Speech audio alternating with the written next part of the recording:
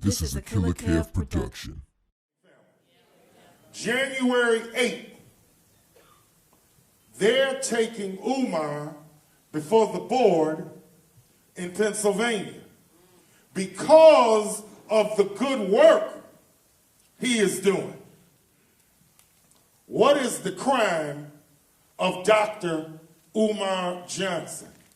Helping black parents, helping black children, teaching some of us courage, teaching us to stand up, giving good, sound advice to parents who the system wants to put on the same type of drugs, Hakeem, as they did you and Marianne Gabaldo's daughter. And Umar is helping them. But it is black folks. It is Uncle Tom's and Auntie Thomasina's, the Coon Patrol. Snail mail and email and phone call and faxing the board in Pennsylvania. There are people itching by Umar in this school. Umar and the money. And I want to let you know right now, we're going to ask you for some money to support this school. Let's give God a hand clap. Because we're going to move on. We're going to fight on.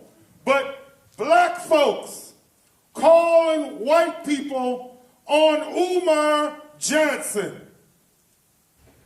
When you ask the triggers, how much money did you give Umar?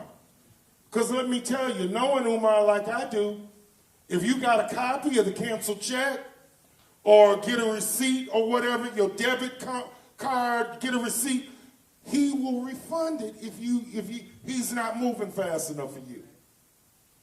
You can hear a rat urinate on Alabama cotton because the ones itching and complaining and writing ain't gave a dime. Do you hear me, family? And so they want to pressure Umar into building this school haphazardly, building it right now, and then it not be done right, and it fall, and then we attack him about that. Rather than allowing the brother to take his time and to do it right. Let's give God a hand clap. Dr. Umar should not feel pressured to do this school just like that, to please his critics who didn't give him any money and ain't gonna give him no money. And then if it fails because it was done too quick, because across the country they talking about me, I'm stealing the money. Umar's a millionaire. Umar living the lap of luxury.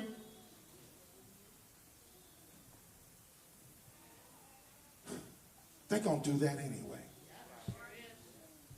Take your time, Brother Umar, and let's build the Frederick Douglass Marcus Garvey Academy properly so that we can teach these babies love of self and knowledge of self and the art of war. Let's give God a hand clap. We're welcoming a bad brother. One of the baddest brothers on the planet right now. I was telling Doc earlier today, I don't know who is hated more, Farrakhan or him. I mean, really, pages and pages and YouTube channels, thousands, dedicated to attacking and blasting this man. Tonight, family, how many of you got Facebook, Instagram, Twitter? Tonight, before you go to bed, please go on there.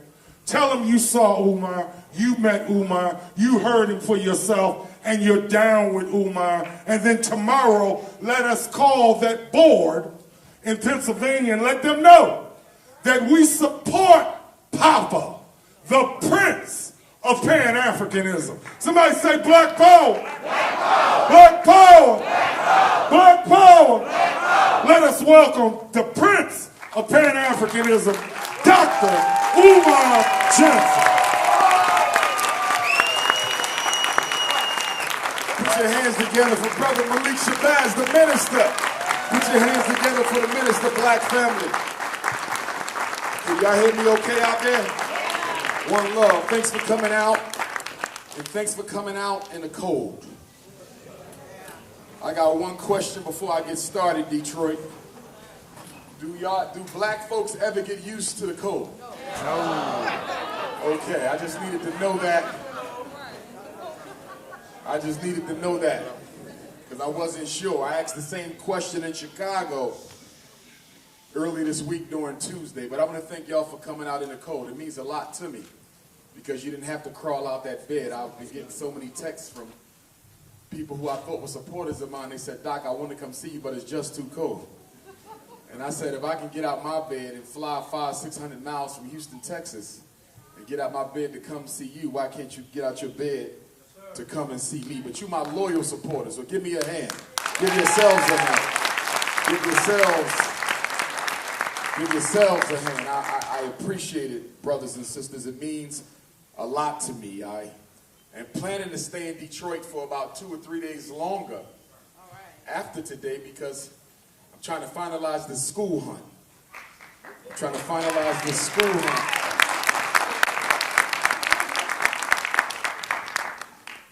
And where we are in the Detroit schools, and I got to tell y'all, Detroit, your city has not been kind to me when it comes to the school search. For a city like this to have so many abandoned buildings, why is it so hard for me to get in and see them? And y'all city is unique because the school district of Detroit, DPS owns schools, and then the city of Detroit owns schools. So when you find a school you like, you got to find out which one of them own it. And although it's easier to get into the schools owned by the city, the schools that are owned by the city are not as in a good a shape as the schools owned by the public schools. But trying to get into see the public schools is like trying to get into Fort Knox. You need 100 pieces of paperwork. I said, I can give you my bank statement to show you I have enough money to purchase it. We have $700,000. I can send you that. But then you got to fill this out and fill this out and fill this out. I was this close to buying one of your Catholic schools. I was this close 2 months ago to buying one of your Catholic schools. And guess what happened? The realtor, a Jewish white man who was working for the Catholics, and I didn't know Catholics had Jews selling their schools, but he told the Archdiocese of Detroit who I was, and I didn't hear from him ever again. He told me they wanted to see my curriculum. I said, I'm buying the school cash money. This is not a loan from the bank. I am not a charter school. This is an independent purchase. I'm going to give you the money. You're going to give me the deed. That's it. My curriculum. What I'm teaching black children ain't none of your damn business.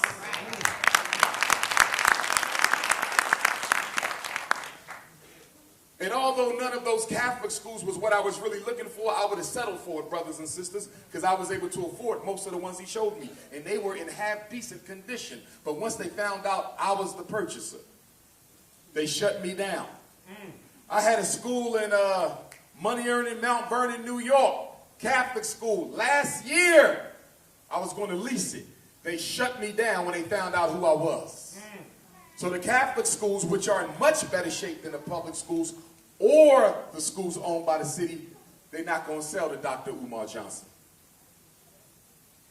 Now, some of you remember the old Aisha Shule building, right? That's one that I'm looking at. I can afford to buy that. But the city is telling me that we just can't sell it to you. You got to put together a proposal and send a proposal to the city. And we have a real estate committee that's going to review your proposal to make sure your usage of the property is in the best interest of the community. And then we take a vote on it, and we have to vote to let you buy the damn school.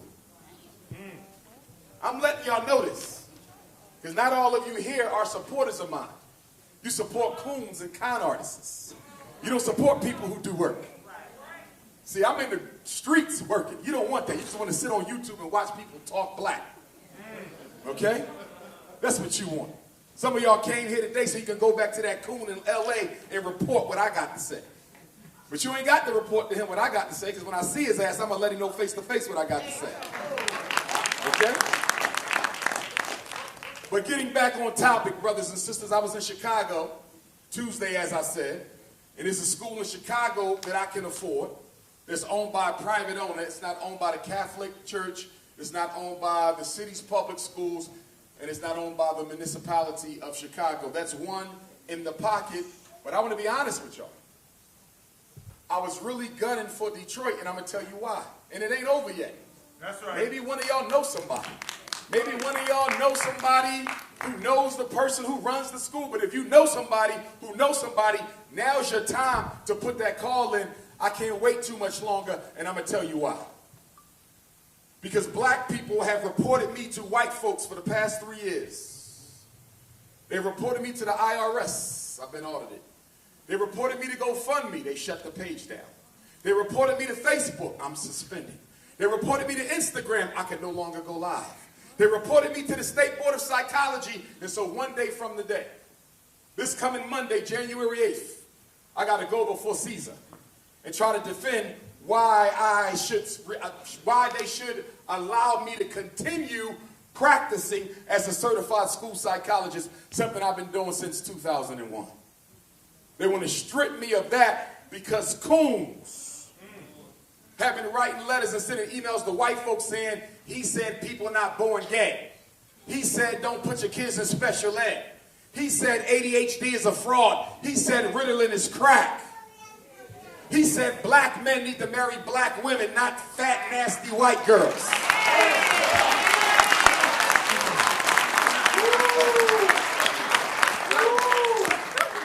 My views are unorthodox and non-traditional.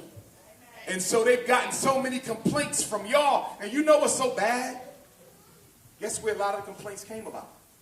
It wasn't about my views on homosexuality. Or should I say the truth of homosexuality?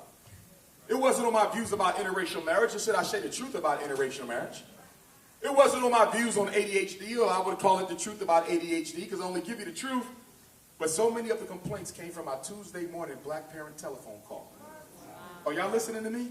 Black people was on my Tuesday call, which I used to help y'all for free. Okay? And they would listen to the call, and then they would tape it. And they would send snippets of how I've been helping y'all help your children, and they were sending that to the white man. I lie to you not. And because they were sending it to the white man is now saying you were giving out clinical psychological advice, not school psychological advice. Yes, you are a doctor of clinical psychology, but you never applied for your license. And since you don't have your license, you are only limited to give advice about school psychology, special ed issues, behavioral health. But once you start giving out opinions that have to do with clinical issues, you're now crossing your boundaries. And my response to them is going to be, who the hell ain't got a right to their opinion? I thought that was a First Amendment protection. See, the problem is because of Dr. Umar Johnson, special ed rates are down in America. Problem is because of Dr. Umar Johnson, so many black parents have wisened up and you stop letting your children get evaluated for crap that can't even be proven to exist. Because of Dr. Umar Johnson, the Wall Street drug companies ain't making enough money no more off that Ritalin. That Concerta ain't cashing in the way it used to. That Prozac and Risperdal and Metadate ain't bringing in the money for the investors like it used to. So they see me as a one-man army that's making it difficult for them to castrate black males politically and economically. And I need to be stopped. And whenever white folks are trying to stop a black man, the best ally they can find is another black man whose ego cannot stand the shine of another black man's success. I'm going to tell y'all right now, if they take the cert, let them keep it. The way I look at it, Detroit, if Nat Turner could be hanged and dismembered for your freedom, if Marcus Garvey could be deported for your freedom, if Dr. King can have his brains blown out on a hotel for your freedom, if Malcolm can be murdered in front of his daughters for your freedom, if Medgar Evers can be shot in the back outside his own home for your freedom, if Emmett Till can be castrated and have his tongue choked out and his eyes shot out and his skull split in two for your freedom, what the hell is a white man's piece of paper for your freedom as well, brothers and sisters? So I'm going to fight this fight, brothers and sisters. I'm going to fight it. Let them have the paper. For all I know, that could be God's design, that you done enough testing. You done enough therapy. I need you for a bigger calling now. I don't know if that's what it is, but I'm just going to follow the Spirit and let it take me where it got to go. All right. I got to rely on God a little bit more now and leave it where it be. So I'm going to push forward with the school. We got one in Atlanta that I'm looking at. Not as modern as I want it to be, but I get a lot of love in Atlanta. Atlanta is like Detroit to me. Atlanta, Detroit, Chicago, New York, Houston, where I just came from, those are big cities for Dr. Umar Johnson. So I'm going to just see what happens. But Detroit, I really wanted you guys, because Atlanta has an infrastructure. They got a burgeoning black middle class. They have an infrastructure. And I don't want to do a Kevin Durant move, if you understand what I'm saying. You understand? I don't want to be the best player going to the best team. That ain't helping us. I want to go to a team that can use a power forward like Dr. Umar Johnson to slam dunk some crackers. Do you understand me? I don't want to do a Kevin Durant. If I go to Atlanta, that's like doing a Kevin Durant. I'm not against it, but I'm like, you know what? Detroit black folks is a little bit more on the ground type. Roll up your sleeves tight. If it ain't nothing to eat, make some grits tight. You understand me? And so your working class nature fits in with my Garveyite character, if you can understand what I'm saying. Yes. So that's why I've spent more time in Detroit than any other city in America looking for schools this year. The minister will tell you every time I come, minister, you got a show coming on tonight? That's right. Every time you see me on his show, it's because I'm here looking for schools, and I'm trying, y'all, but the wheels ain't turning fast enough. So if you can turn them, you need to turn them, because I believe, and I hope I'm wrong, and I don't want to speak nothing wrong into existence, and I ask my ancestors to hold it back if it ain't true. But if they can shut down my GoFundMe, if they can shut down my Facebook, if they can stop my Instagram Live, if they can, the reason why these seats are empty today, because you know I sell out every time I come to Detroit. The reason I haven't sold out today is because Eventbrite, where you bought your tickets to come in, they kept freezing the Detroit sales. And then I redid it, and they froze them again. So people is like, I want to go see Dr. Umar, but it's so damn cold, I don't want to get out there and be told I can't come in. So because they kept freezing the sales, people thought we were sold out already. Right. There's people who would be here in your city who ain't here because online the sales have stopped. And normally when the sales stop, it means I sold out, because I normally do when I come here. So that means I need to come back to Detroit sooner than later. I can't wait another year. But what I'm saying, brothers and sisters, I think it's only a matter of time before black folks get these white people to freeze that school account. And once they freeze that school account, ain't going to be no FDMG. So the haters have forced my hand to move faster. I don't want to move faster, but I ain't got no choice, because I'm looking at what's going on around me. Everything is freezing up around me. Everything is freezing up. So I got to move quick. Chicago in the cut. I'm trying to wait and see what's going on in Detroit, because the realtor I'm working with, who, works for the city, showed me a school. I don't know the name of it, so I can't tell you.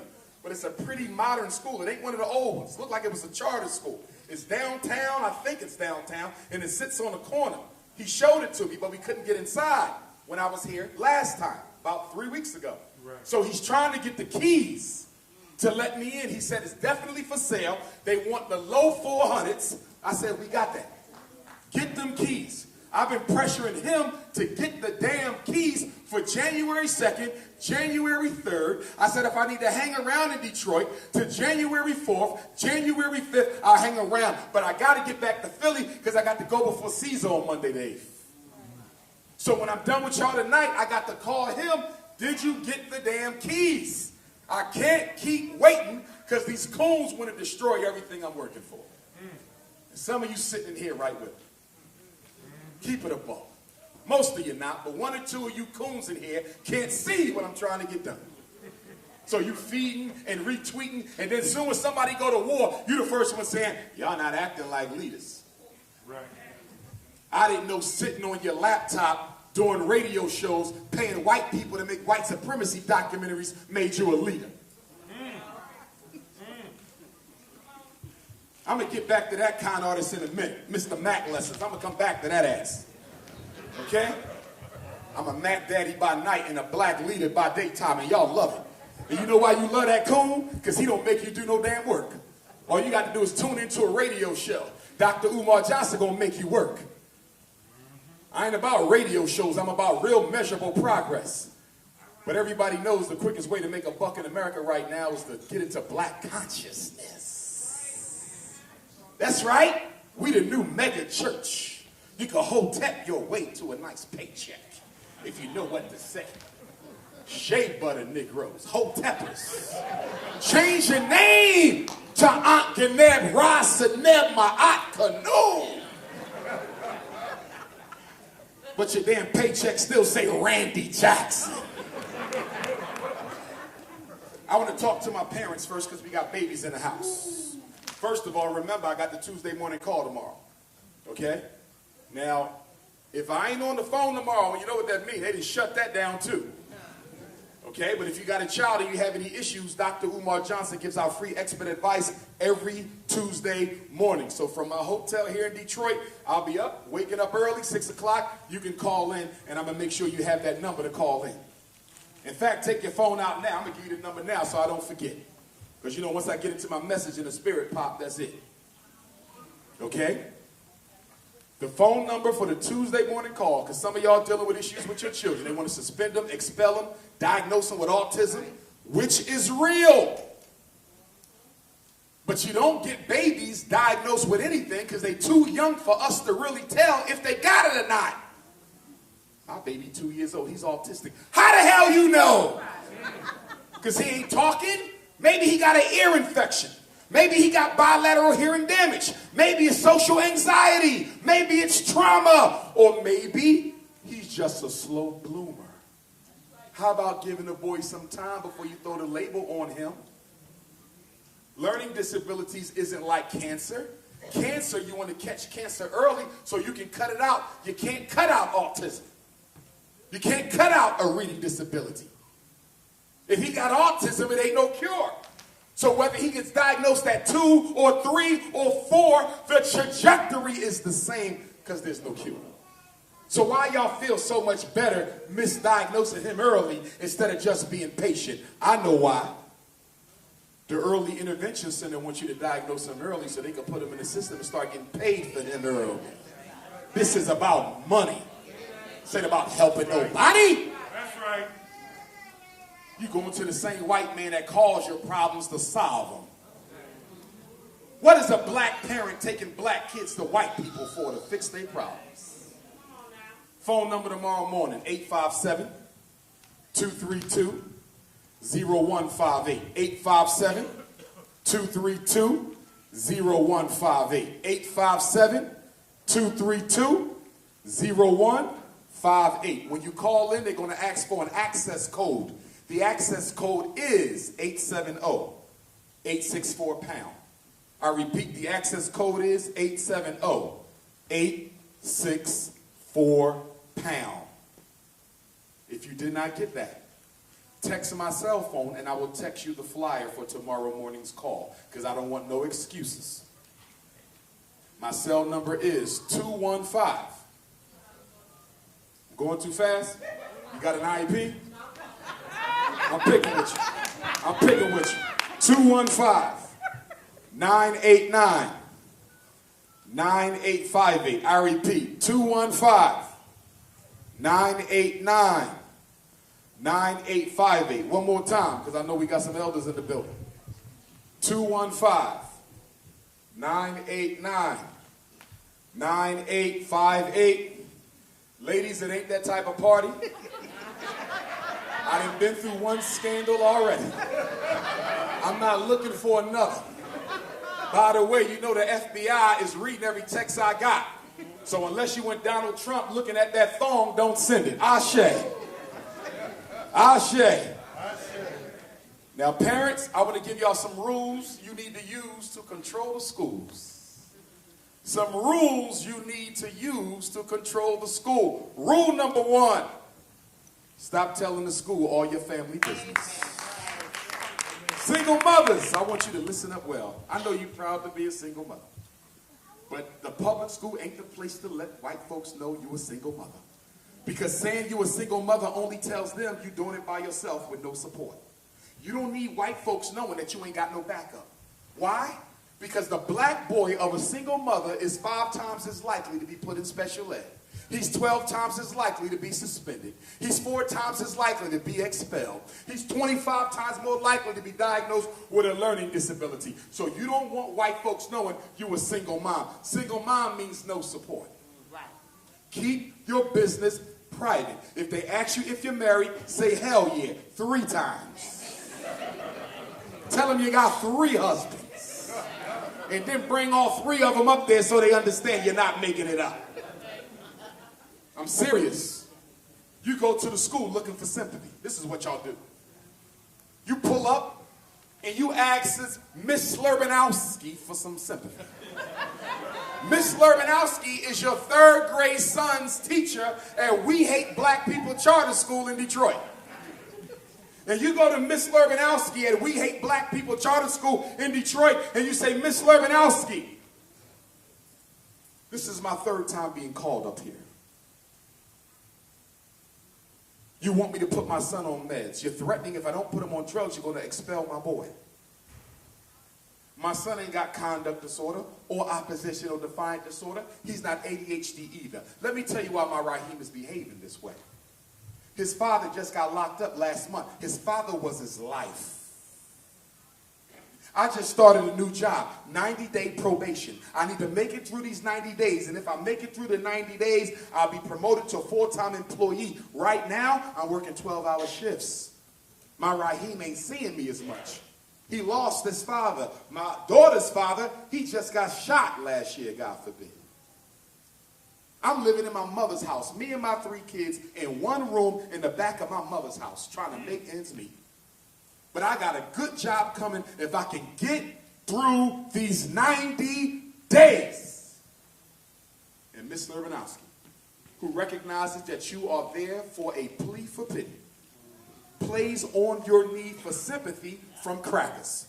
Because after 400 years, you still don't recognize that white folks love to kick black people when you're down. And so she says, oh, Shaquita, I'm so sorry to hear about the bad news. I didn't know that black mothers were under such distress here in the city of Detroit. I empathize with you. I'm a divorced mother raising Robbie, Peter, and little James on my own too. Maybe we can support one another. May I have a hug, please? Can we pray together? Because you're not going to believe me when I say this, but you're my hero. So you hug that cracker. You pray to white Jesus with that cracker. And then you leave and go back to work thinking you won her over. She played your ass like a tune. The minute you left We Hate Black People Charter School in Detroit, Slurbanowski took her flat butt down to the principal's office. I'm going to tell you what she did. She took her inverted ass to the principal's office.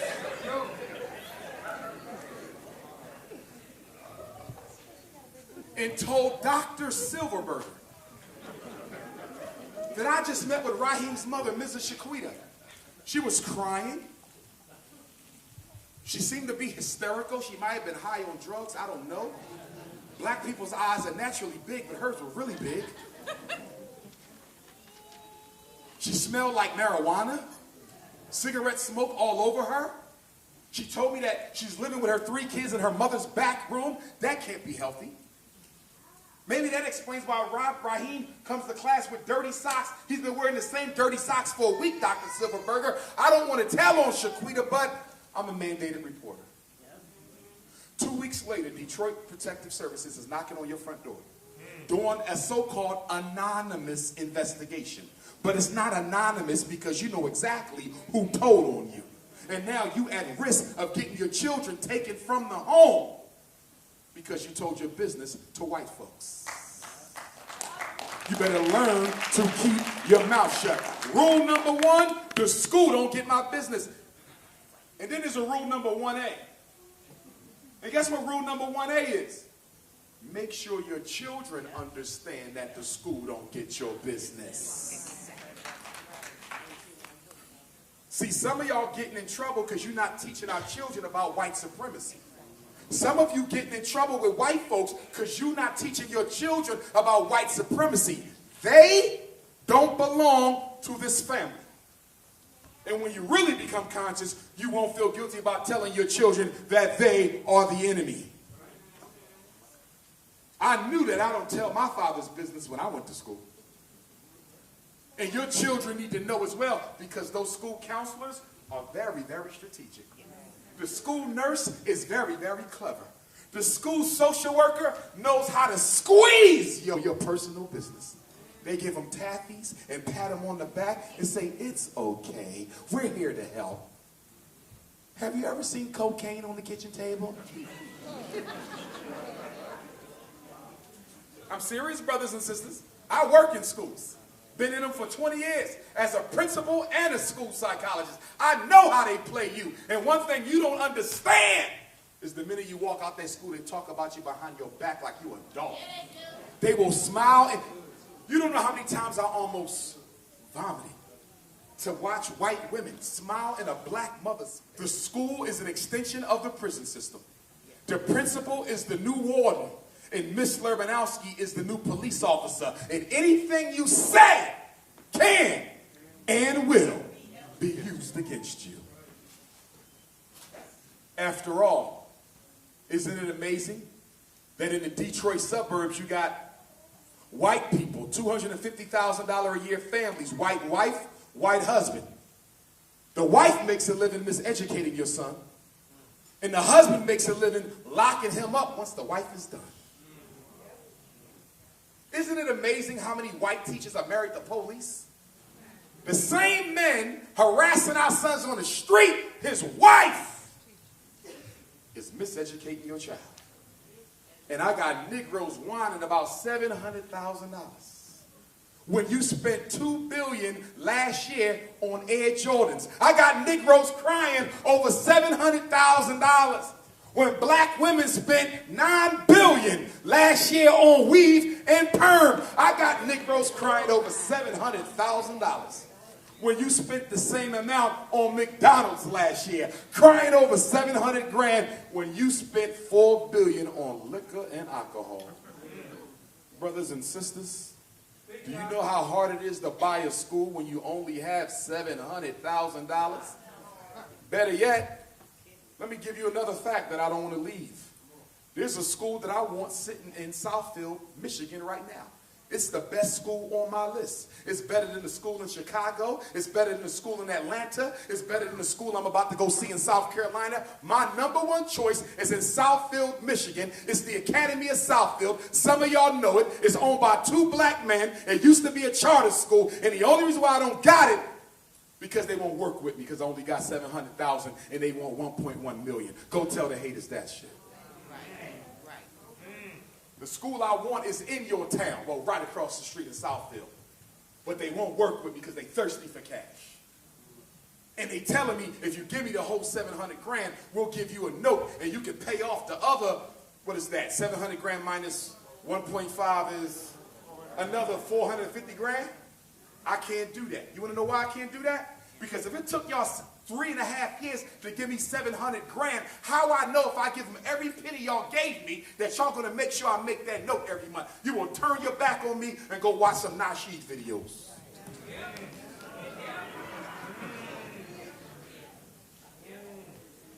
I can't stop thinking about that school. That school is clean. It don't need no work. They got a fireplace in it.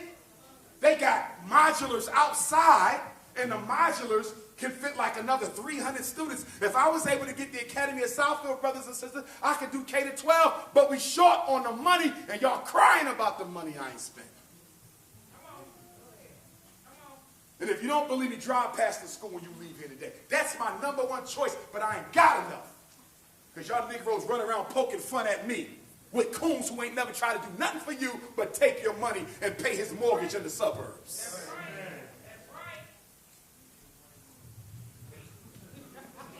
You right, brother, and sleeping with white women while he telling you about white supremacy. No, I'm not talking about his wife. I won't speak on nobody's wife. I'm talking about his love for white females. White neighborhood, love white girls, give the Hidden Colors money to white producers to make a white supremacy documentary. I'm going to say it again. Live in a white suburb and gives your Hidden Colors money to white people to produce a white supremacy documentary. All of the Hidden Colors were produced by white folks. I know because they were there when I got interviewed. I'm sure there's black men in Detroit who know how to make films. I'm sure there's black women who know how to make films.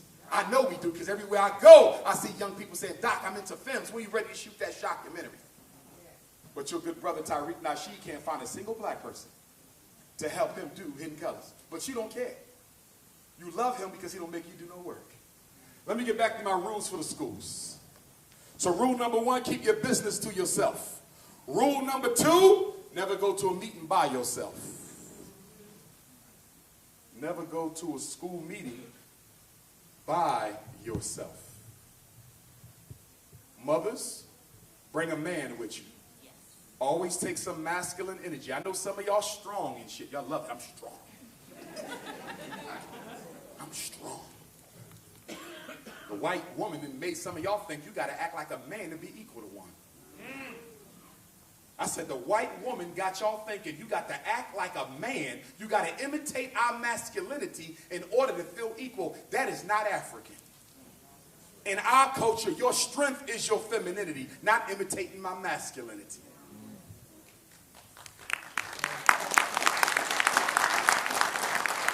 In fact, black women, you got to take your femininity back. Because the white woman had brainwashed black women into thinking that being feminine is to be weak. But she's still feminine. The Chinese woman is still feminine. The Arab is still feminine. The Mexican is still feminine. The Latino is still feminine. But the black woman got to act like a damn brute man in order to say she's strong. That's right. And then y'all brutalize each other with this masculinity issue. That's right. If a black woman tells another black woman, I'm tired of being single, I need a man, shut up and be strong. If a black woman tell another black woman, I'm hurting, I got issues, I'm depressed, stop being weak, damn it, we ain't made that way. You ain't allowed to be vulnerable, not even to your own sisters. If you say I need a man to help me raise these boys, cut it out. We don't need no damn man for nothing. We the mother and the father. I see black women giving each other Father's Day cards. What the hell is that?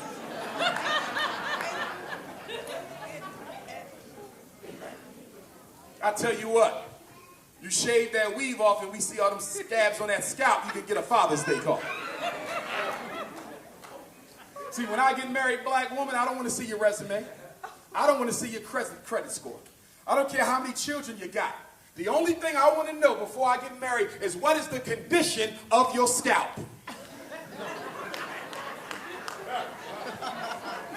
I'm doing scalp checks, damn that. Black men, you best do a scalp check.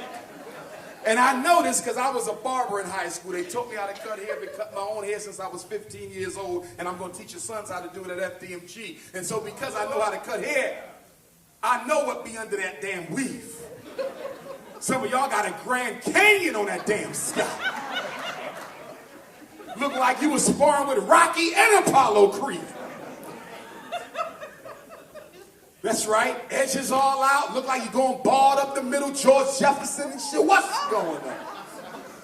So black man, you got to scalp check your queen. Put some shea butter on that damn thing, some Tutankhamun shea butter. Some strawberry almond butter. Some hot ginger tea oil or something. Get the damn roots up. Oh! A lot of black women forced to go natural, sisters. I'm telling y'all the truth. My young sisters, you under 30 and you still got your scalp that can be salvaged, quit while you ahead. Because once you get 40 and 50, it ain't growing back.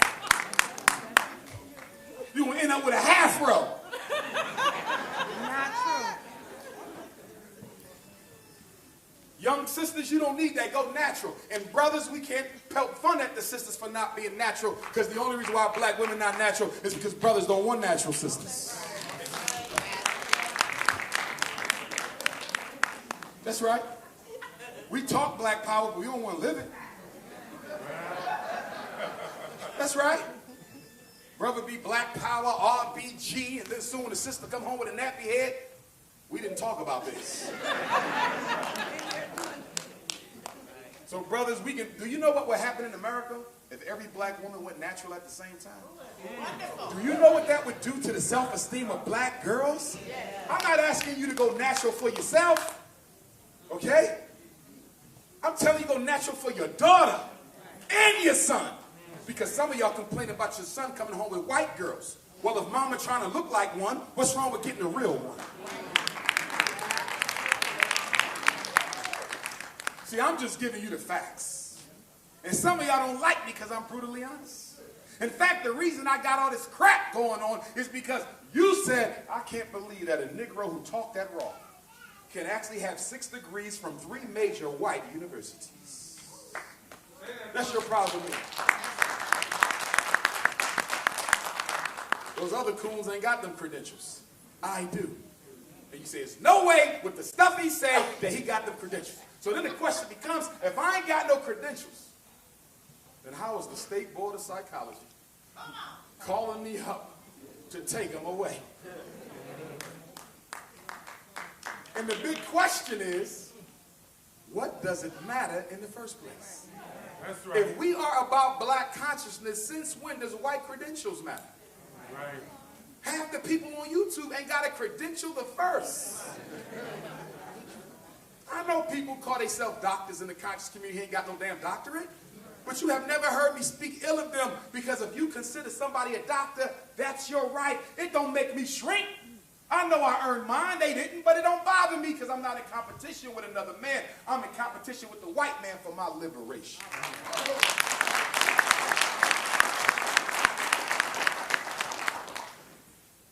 But I'll be honest with you, I want 10 rounds with Nasheed inside of the damn ring.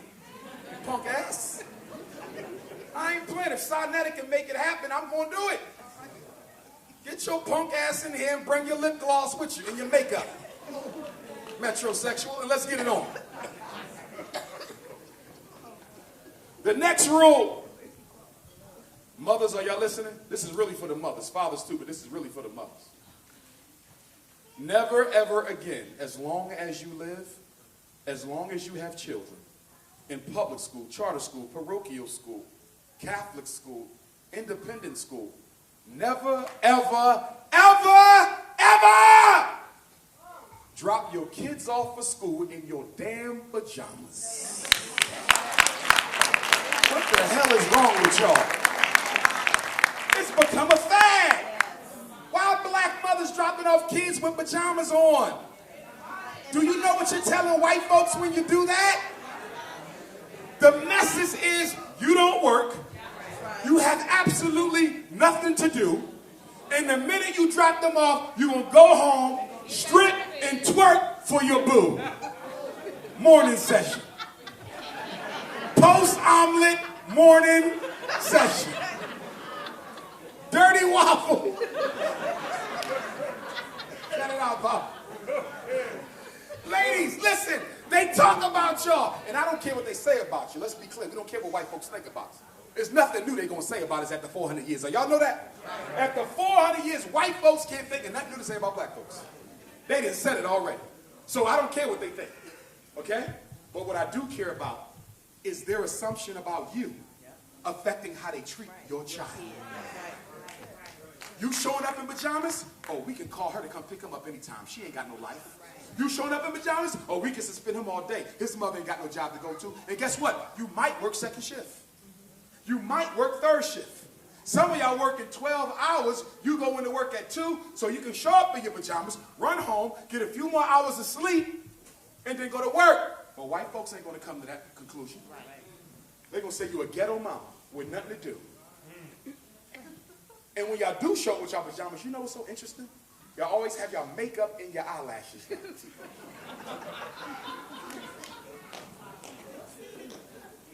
With some damn SpongeBob flip-flops on. You don't drop children off in pajamas. Next rule, if your child is in the 3rd grade or younger. If your child is in the 3rd grade or younger, never, ever, ever let them get evaluated for a learning disability. Y'all better listen to me. Because some of y'all got children in 1st grade with an IEP. Be ashamed of yourself. 2nd grade with an IEP. Be ashamed of yourself. Kindergarten, preschool with an IEP. Can I ask you a question? How can a 1st grader have a reading disability if he just started learning how to read?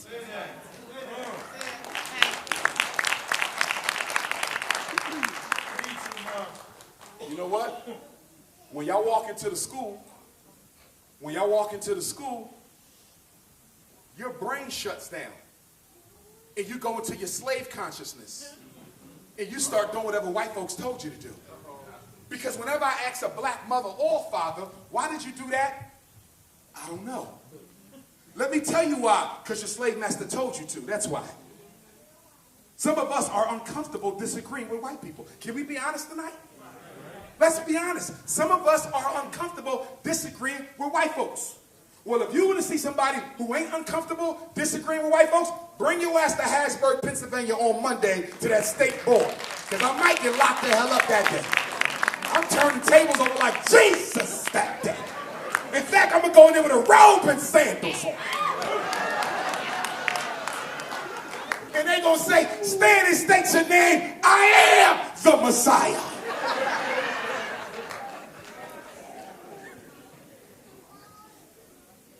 Let them crackers try to play me. I'm going to curse them out. The hearing officer is some nasty white lady anyway. I'm going to say, you flat-ass woman.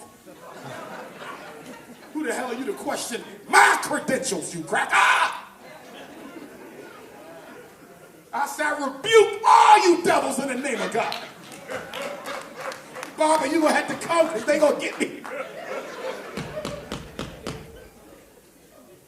In fact, I don't even know if I want to bring my lawyer. Because if I bring my lawyer, I ain't going to be able to talk. The lawyer talk. I'm thinking about going up in there, buck solo. Because what they're doing to me is wrong, y'all. Yeah. It's wrong. I ain't bothering no white folks. I don't date your women. I don't want to live in your neighborhood. I don't pay your people to make my DVDs. I'm messing with their money. When they take my paperwork, I'm going to really mess with their money. Let them take that damn paperwork if they want. They be on my live feed. The crackers be on my live feed. Investigating, calling me, quoting what I said. Why are you watching me Tuesday morning when you're a homosexual? Need you, Mom. And they better not ask me a gay question, because I might have to keep it real.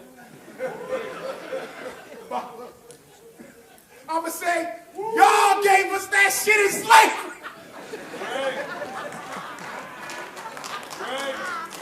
You know what? Y'all worried about the school. Y'all better start us a free Umar fund. Come get me from Harrisburg jail. I'm going to go in on them damn devils. Curse Trump and Obama and everybody else. Shoot.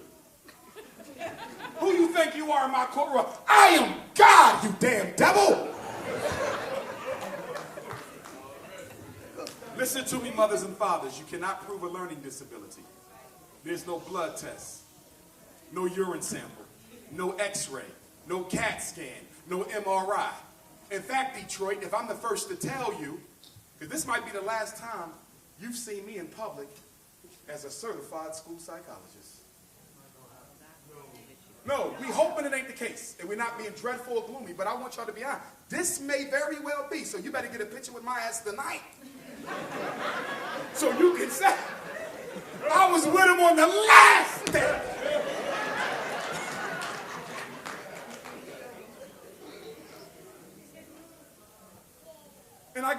digest of it because it's hurtful. So you got to laugh to keep your strength. That's right. Because my own people took me to them damn devils. That's right. So let me tell y'all what we do when we test your kids for special ed. Because I don't want none of y'all to act like y'all don't know after the day. Because some of y'all like lying because you're scared of white folks.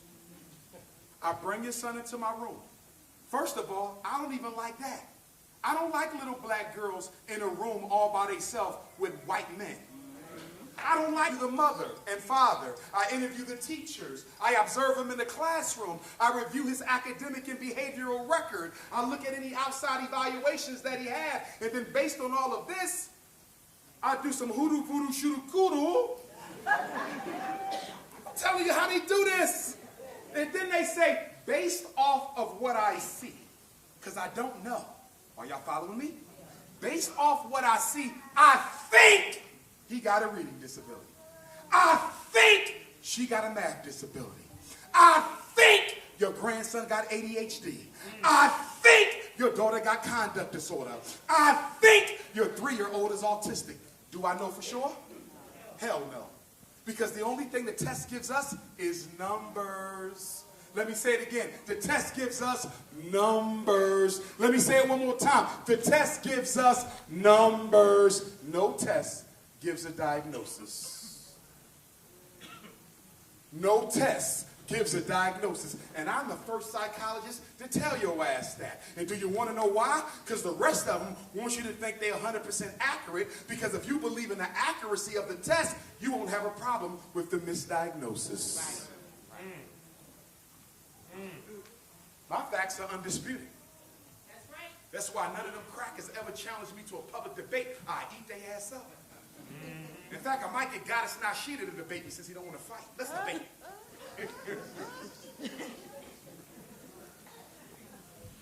And old fat Boyce Watkins ass keep making videos about it.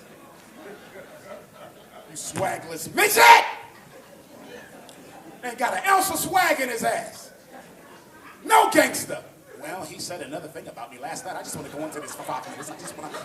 Then I'm going to move on. Have you signed up for my economic stimulus boot camp? We're doing the boot camp. I'll probably be in your sound now. Join BoyceWatkins.com. Punk ass. Have you ever seen a Negro produce 20 videos a day? Do you work one?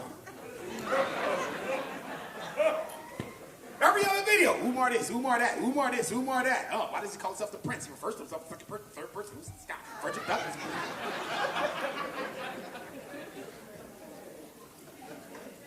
Go shave your nose hairs, you swagless maggot! So brothers and sisters, we now know that the learning disability is only a what? Opinion. It's only a what? Hypothesis. It's only a what? Working formulation. So any mother in here who says, my son got a reading disability, you're not stating a fact, you're stating an assumption you made based off a white person's estimation of your child's ability to learn. Shame on you. Isn't it amazing? Our ancestors learned how to read during slavery under threat of death, whippings, castration, and beatings. Frederick Douglass taught himself how to read. He was escaped from slavery to freedom in 1838. And you mean to tell me he can learn how to read under threat of death in 1838? Your son is in 2017. And he can't, 2018. And he can't learn how to read without a white teacher helping him out. And then let's go a step further. I got another question for y'all special ed loving black parents in Michigan. Can you please tell me, because I'm a school psychologist for 6 more days. Can you please tell me? I'm going to show my ass on Monday. If I get, look, the first 10 minutes, I'm going to fill these crackers out. And I'm going to see if they're here to give me a warning, if they're here to scare me, or if they're here to strip me. And if I get the feeling that they're there to take my paperwork, attorney, leave now, because I do not want you to be held accountable for what I'm about to do. And I'm going to go off. I'm a great dancer.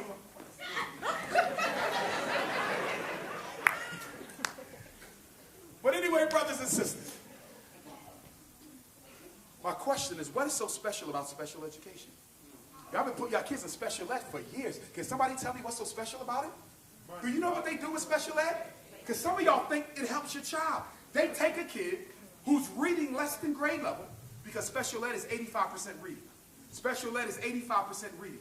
We got a few deaf kids and a few blind kids and a few autistic kids and a few ADHD kids and a few traumatic brain injury, but special ed is 85% reading. If we would only make our kids practice reading more, there would be no special ed. And if there's no special ed, there's no mass incarceration either.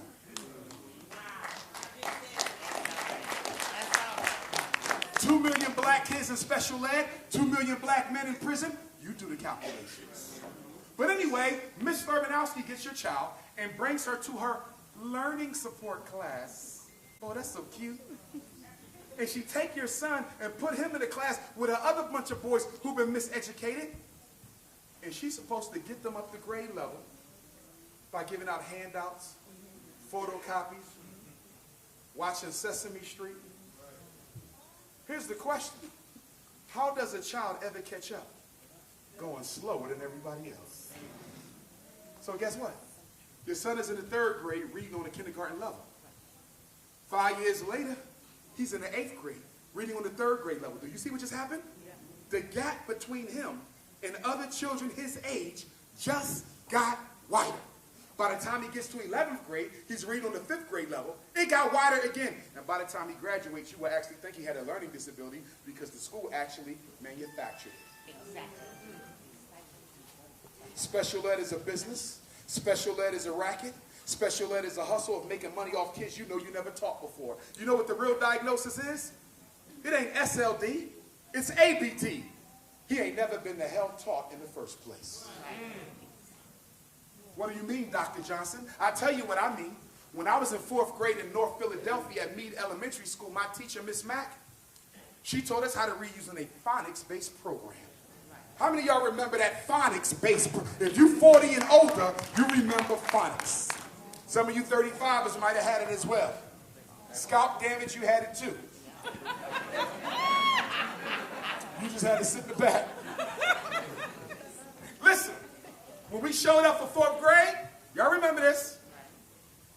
Miss Mack will put a big A on the board. And the whole day, repeat after me, she would say,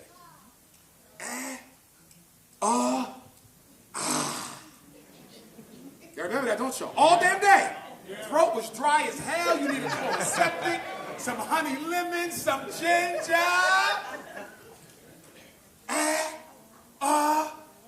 Next day come in, she put a big B. Ba, ba, ba. Next day to C. Ka, ka, ka. And then when y'all did all the alphabet, she put the A and the B together. Ab, the A and the C together. Ak, uk, ak. The A and the D together. Da, da, da. Do y'all remember that? And once she got done teaching you how to read using phonics, they could put any word in front of you. It could be 50 letters long, and you could read it. They don't do that no more, because lazy, nasty white women with no backs in Detroit don't got time to put that kind of energy into the reading, so they came up with something new called whole language. And you know what they do with whole language? They teach your kids how to read using a sight-based vocabulary word list. So every week, your son comes home, Mommy, these are my 10 words. I got to learn them by heart. Not learn how to read them. Memorize the word. This is what they do. Oh, these crackers are slick. Talking about they underpaid.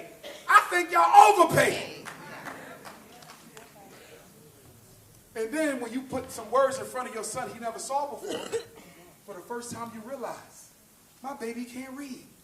Because y'all only teaching him how to identify, not decode.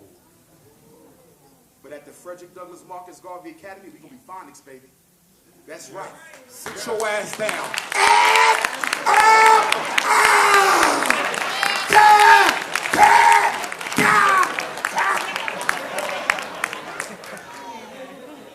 Go ahead, Umar.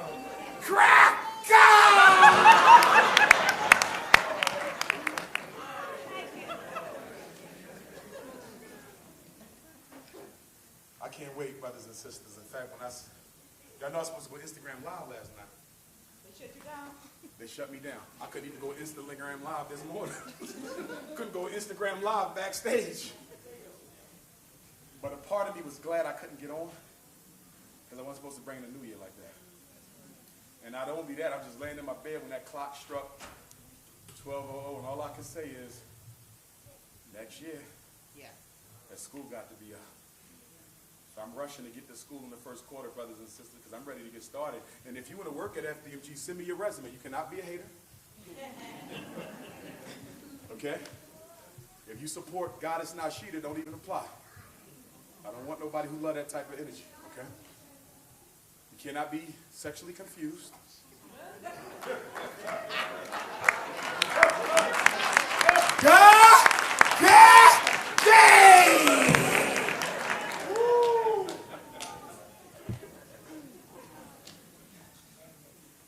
You also cannot be dating, married to, making babies with, or cohabiting with alien species. If your ass like aliens, go get in the spaceship. Okay? You can't be a role model if that's who you bring in front of our children. That's a contradictory message. I am a Pan-Africanist. Okay? You can get away with that shit with Melanoid Nation. You ain't gonna get away with that Team Pan-African. Okay? But if you want to work at the school, send your resume. FDMG resumes. FDMG resumes with an S on the end at gmail.com. I need teachers, but I also need security guards. I need teachers, but I also need people who know agriculture because our children have to learn how to grow. The one thing I do like about the Aisha Shule building, although it's going to cost me almost $1 million to rehab it, is they got some land in the back that we can use for our school farm. Okay? I also need sisters. I also need sisters who know how to do natural hair. Because all the girls got to be natural when we open up the Girls Academy. We starting with the boys, but we extend it to the princesses. That's right. What good is having a whole bunch of revolutionary young men when you got a whole bunch of coon queens? That ain't going to work. So we got to wake the daughters up too. That's right. Straight up. All right? I need people who have unique talents. I got a brother who know how to make shoes. He's going to teach our kids how to make shoes. That's right. I know a brother know how to dry clean clothing. He's going to teach our kids how to dry clean clothing. When your child graduates from FDMG, I need him to have 21 different ways to get paid without going to jail that don't require a college degree. That's all I'm trying to do. Sometimes I wish I didn't start the fundraiser. I don't think I'll be going to Harrisburg on Monday. But I got to because I got to stay true to myself. We need institutions. I know y'all not ready to work. A lot of you just want to sit on social network and act black. Go to the damn, what's the museum? The Charles H. Wright Summerfest. Beautiful festival, but that's when you want to be black, when you're having fun. Well, I got something to tell you, brothers and sisters. You can have fun being black, but you also going to have some miserable days as well. Because we got struggles ahead of us. White men trying to wipe us out. Detroit, they trying to get rid of you and make the Arab the new minority. Oh yeah. Chicago, they trying to get rid of blacks and make the Latinos the new minority. Everywhere you go, they moving blacks out and bringing other people in to replace you. And do you know why? You're the only non-white people in America who cannot be deported. Slavery destroyed your ancestral lineage to your homeland. That's how you became melanoid. Because you don't want to be African. That's right.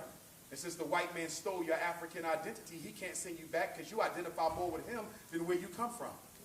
You can send Chinese back, they know they Chinese. You can send Arabs back, they know they Arabs. You can send East Indians back, they know, but you don't know who you are. The white man stuck with you, and then he got to be mad at you for something he created. What do you do with 50 million people you do not want and cannot stand? You have to systematically depopulate them with a specific program of homosexuality, AIDS, birth control, bad food, and poor health care. That's right. That's right. White supremacy can only destroy you to the extent that you are dependent upon its institutions for your services and survival. You ain't got no hospitals, so you rely on the white folks in Detroit to save you when you get sick. You ain't got no supermarkets. You rely on Arabs and Chinese to feed you when you're hungry. You ain't got no banks. You got to get loans from crackers. And they never give you the loan you need. Say it again. Say it again. Say it again. Oh, you're going to see something when you see my squad, I promise you. You coming to tour in that thing, trust me. If a white person will ever come visit Donald Trump, come on, President Trump is here. How do we greet the president? Cracker! I won't do that. But yes, brothers and sisters, there's 4 institutions you need for any serious community. Supermarket, bank, hospital, and school. You don't have those 4 anywhere in America. And you are a $2 trillion people, and you don't have an independent community yet. That's sad, Detroit. Especially for y'all, because y'all 88% black concentration. You're the only major city in America with an 88% black concentration. There's more blacks in New York than Detroit, but they not 88% of the city. There's more blacks in Chicago than Detroit, but they not 88% of the city. There's more blacks in Houston and LA than Detroit, but they not 88% of the city. And you know why you ain't been able to move fast enough? Because you have a coon Illuminati whose job is to keep white power in control of the institutions and the assets. I'm not talking politicians, I'm talking masters of business. That's right. Who's the biggest real estate holder in Detroit? We need to know that. Who owns the banks in Detroit? We need to know that. Brothers and sisters, we have to become political scientists, not just hotepers who know everything about dead people. I need you to learn about the living. That's right. That's right.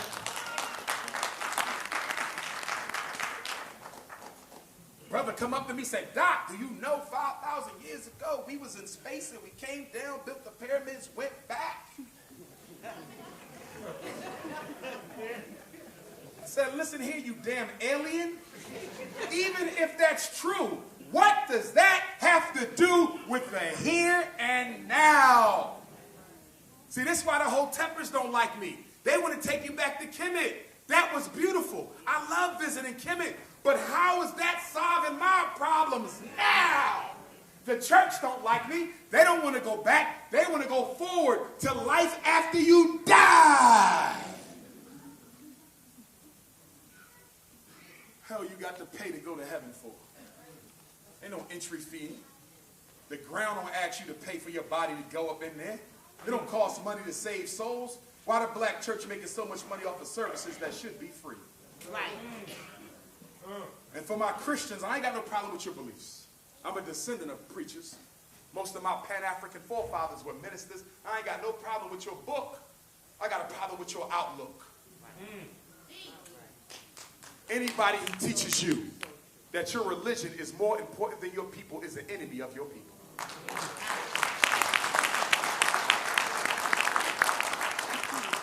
Negro pulled me over in Chicago. He said, Doc, you be talking about the Muslims and the Christians, and what is your religion? I'll tell you, brother, black power is my religion. Black liberation is my creed. Black freedom is my ethos. That's my religion. I ain't got time to be choosing labels that don't free black folks. As Dr. John Henry Clark, whose birthday we celebrate today.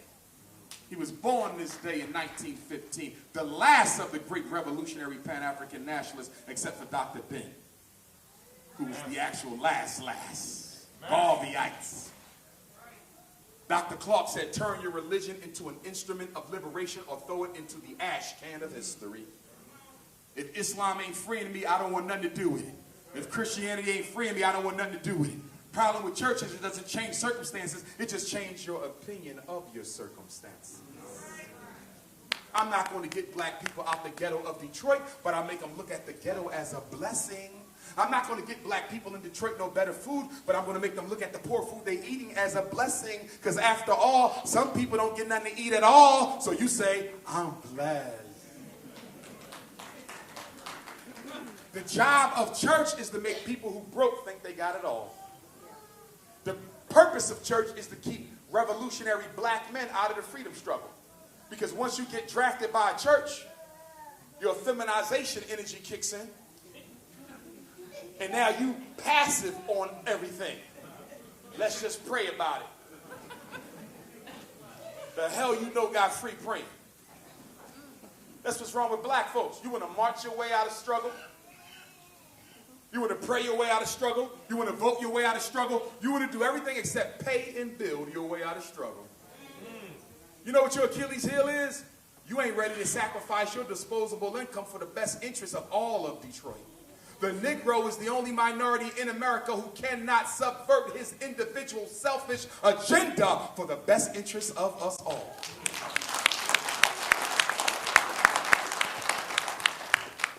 They over there talking about slavery in Libya.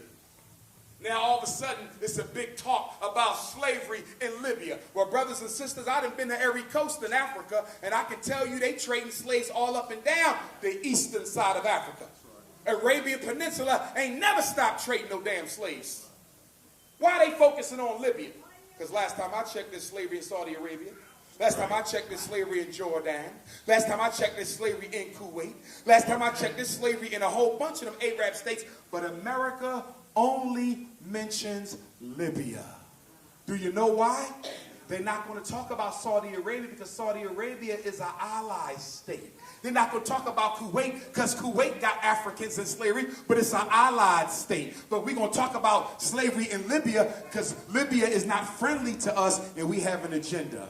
We have to go in and make it safe for democracy. Next time a cracker come to me talking about he got to go somewhere to make it safe for democracy, I'm going to say I got to come into your community and make it safe for heterosexuality. Slavery all over. You got to bust up the whole ring. And then the African Union talking about we're going to have an emergency session on slavery. Y'all know the slavery. The African presidents know. And do you know why so many of our brothers and sisters end up in slavery? Trying to cross over the desert of North Africa to get into Europe for a better life. When I go to Europe, I hear stories from brothers who made their own boat out of a tree and risked their life on the big sea, swimming with their arms, no paddle, just to get to Italy or Portugal, Austria or Spain to try to become a refugee. Being a refugee in a white country is better than being in some African countries. Because the African leaders are just like black American leaders. A lot of them ain't number pimps. You know what an African leader does when he gets elected? He prepares for his rich life after he's out of office. That's right. Only people benefit from an African being elected in Africa is his family. And that ain't true for all leaders. We do have some exceptions, but the black men in America ain't no different than the black men in America. All of us scared of white folks, and all of us care more about ourselves than our communities. That's right. And black man, our biggest issue is the ego. In fact, you can't have a Negro without a big-ass ego. Because the ego is what makes the Negro, and if you take the EGO out of Negro, there couldn't be one. And you know why black men got such big egos? Because the white man never allowed us to be men. That's right, black man. We can't be men on the job. We can't be men in front of the police. Can't be men in court. Anytime you show your masculinity, you're considered a threat. So you're forced to bend down, and that breeds anger. That breeds frustration. That breeds aggression. And one day you just can't take it no more. And the next thing you know, you're taking the life of another black man suffering from the same castrated ego as yourself. Why do black men kill black men? Because it's the only men you're allowed to kill and get away with it.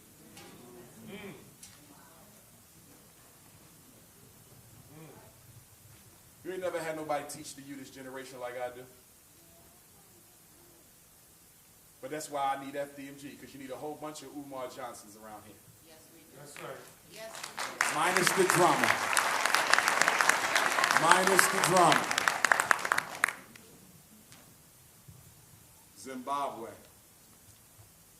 The reason Robert Mugabe had to go is because he stopped dancing to the tune of the United States of America. And one thing we know about Africa, if you don't do what the white man tell you to do, he will pay your enemies to throw you out of office. And that's exactly what they did. Yes. Ain't no damn democracy in Africa. The only time an African country is allowed to practice democracy is if the person who won the election actually agrees with America's agenda. If you don't agree with America's agenda, your ass won't have no democracy. They will coup you overnight. You heard of Amilcar Cabral. Yeah. Right. You heard of Kwame Nkrumah. You heard of Patrice Lumumba. They don't believe in no damn democracy. They believe in totalitarianism.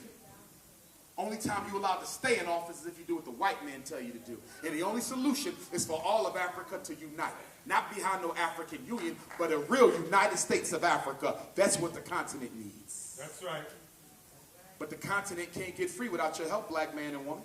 We are the leaders of our race, whether we like it or not, and you better accept it sooner rather than later, because the whole African world will go to hell until Detroit, New York, Chicago, Houston, Philadelphia, and LA decide to take the lead in this. They looking at you. When I go to Japan next week, they're going to be, if I make it, if I don't get arrested, they're going to be looking at me to give some direction. When I get to China the week after next, in Beijing, they're going to be looking at me to give them some direction. You have a responsibility, not just to black America, but the entire African family, brothers and sisters.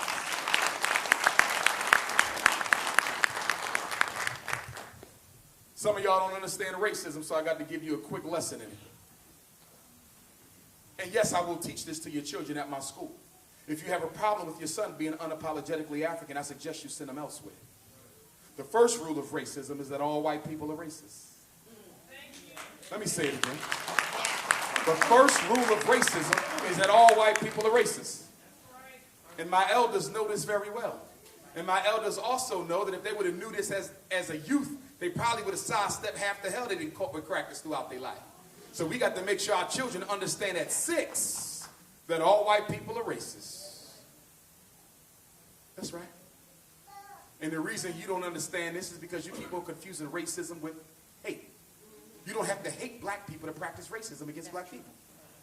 Racism ain't got nothing to do with hating you.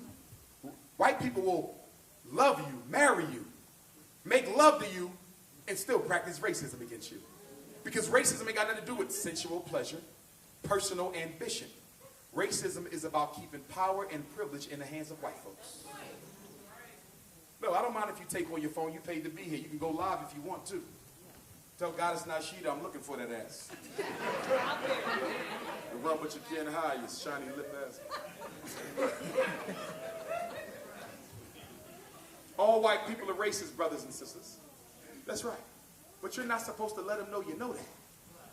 You're supposed to laugh at them how they laugh at you. Because white people are masters of the imitation effect.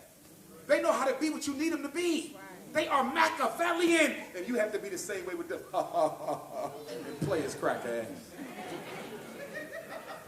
Rule number 2, white people don't share power with black folks. Right now, they're talking about building a new Detroit. Downtown, they put the new Piston Stadium down there. They got new restaurants. What else they got downtown in Detroit now? They building all kind of stuff. Telling you, we're going to live together in a better city. You are an absolute coon if you think that Piston Stadium got put downtown for you. That is for the white folks who are coming back to retake Detroit.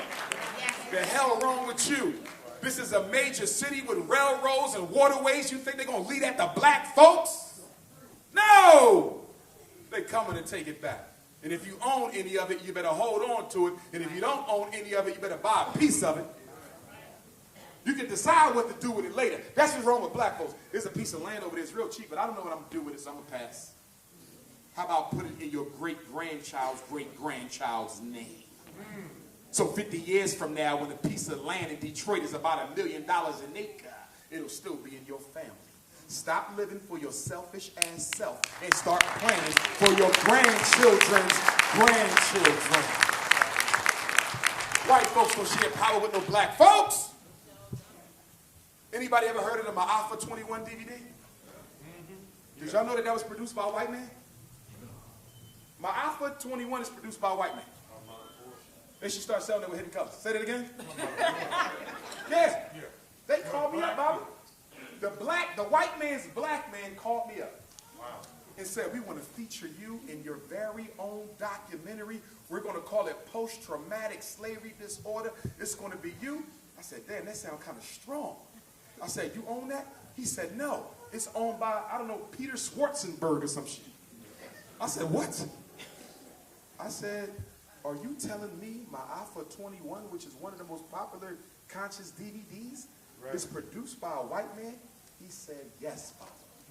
You got white folks out here making conscious DVDs. Goddess Nashida ain't the only one doing it. You got other folks doing it. So you got to be careful with the consciousness now. Yes. And what's rule number 3 of white supremacy?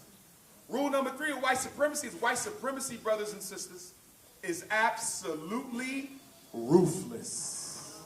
Did y'all hear what I just said? If I got to kill your kids, if I got to poison the immunization so every black boy in Detroit get autism, if I got to create AIDS to get rid of black women, if I got to push homosexuality into public schools, if I got to go to Africa and destroy the soil, whatever I got to do to control this planet, I will do it. And let me explain why you don't understand white folks, because you don't understand their psychobiological climatology. Let me give you a quick story about the psychobiological climatology of white folks. And then we're going to start wrapping up so I can sign books and take pictures. And what I want y'all to do, if I could have someone let the queens outside know, since these people came out to see Dr. Umar in the cold, everything for sale on my table is $10. The hoodies are 10, the books are 10, the flags are 10. Only for you, you better not tell a soul that I gave your ass a $10 sale. Because I don't ever sell my book for $10. But because y'all sacrificed for me, I'm going to sacrifice for y'all. Today is a $10 sale. So listen to me, brothers and sisters. When God created the universe, God put sun people on earth first. Sun people lived under the sun. The sun provided them with ample drinking water. The sun provided them with vegetation, with fruit, with vegetables, with fish. The sun provided them with animals for meat and for clothing. And the sun provided them with wood for houses and for shipbuilding to go fishing. And because the sun gave them everything, they didn't have to steal from each other. Because the sun gave them everything, nobody had to lock their door because nobody went into another man's house, Papa. That's right. Because the sun gave them everything. There was no such thing as a homeless shelter or a food bank because it was enough to go around. The sun people lived in a perpetual heaven on earth. And because the sun was so great, they used the sun to symbolize God. They didn't pray to the sun. That's right. The sun was the symbol of supreme consciousness, because just as nothing can survive without the sun, nothing can survive without God. That's right. So when you say you are the sun people, it's just like saying you're God's people.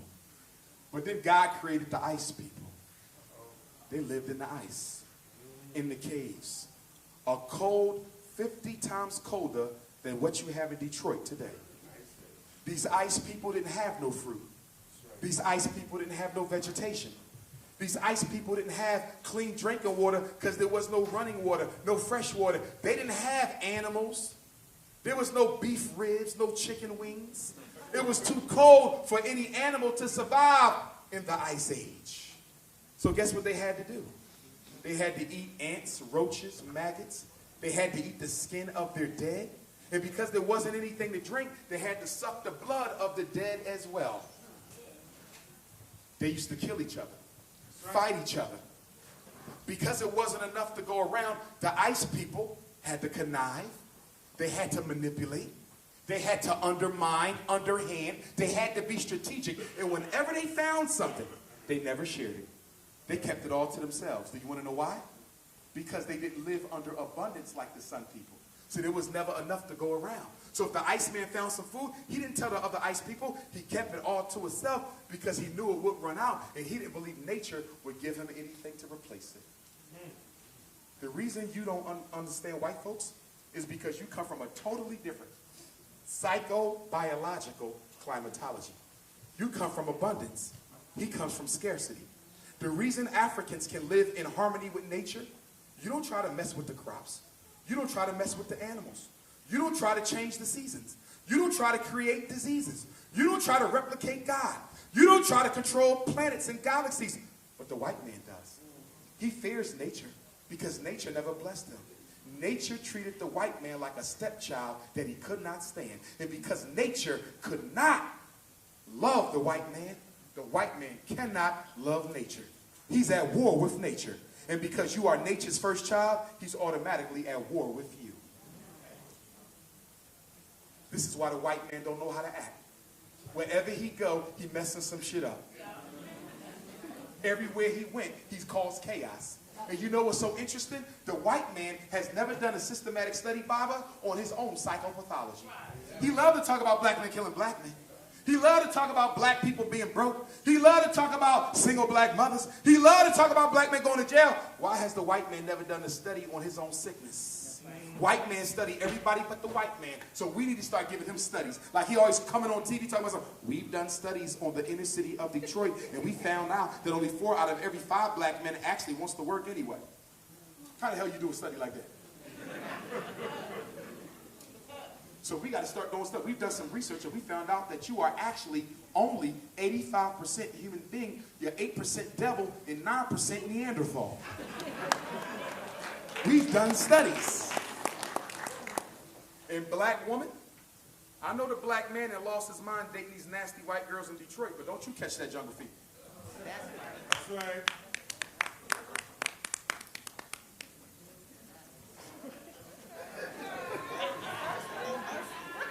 Hotep, bro.